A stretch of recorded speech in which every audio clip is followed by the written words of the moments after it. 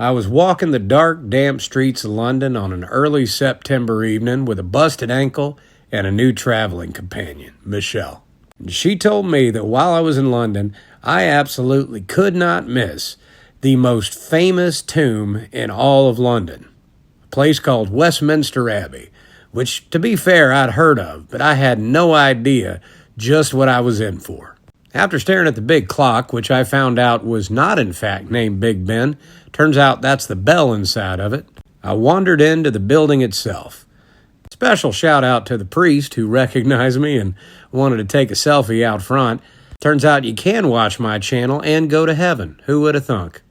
Inside was absolutely cavernous, and what I was not expecting was that Westminster Abbey is apparently the who's who of dead people in London. We're talking Geoffrey Chaucer, both of the Elizabeths, Stephen Hawking, Sir Isaac Newton, Rudyard Kipling, Robert Browning, T.S. Eliot, Laurence Olivier, Charles Darwin, Martin Luther King. Wait a minute, let me check my notes. Okay, so it turns out Martin Luther King Jr. wasn't actually buried there, but there is a statue to him there, which is pretty cool. The only fella I was surprised wasn't there was old Richard the Lionhearted. Turns out he was buried over in Anjou, France. Who'd have thunk it? I did get to sit in on a sermon, which I thought was pretty amazing. I wasn't allowed to film it, and for some reason, when you're visiting Westminster Abbey, just so you know, they don't like you wearing a Waffle House hat in there.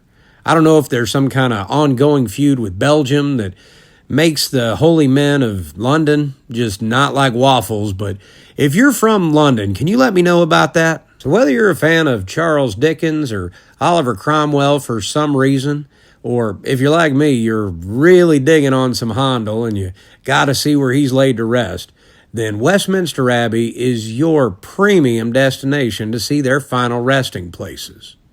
The only person that I felt got kind of shafted with their tomb was Anne of Cleves.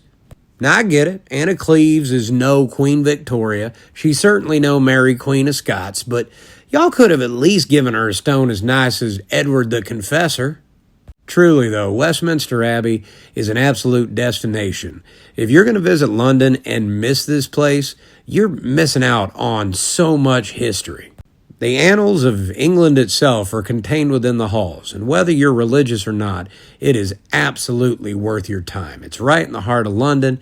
It's right next to so many other beautiful things, and you will not regret taking the time and looking around Westminster Abbey, because I certainly know that I didn't.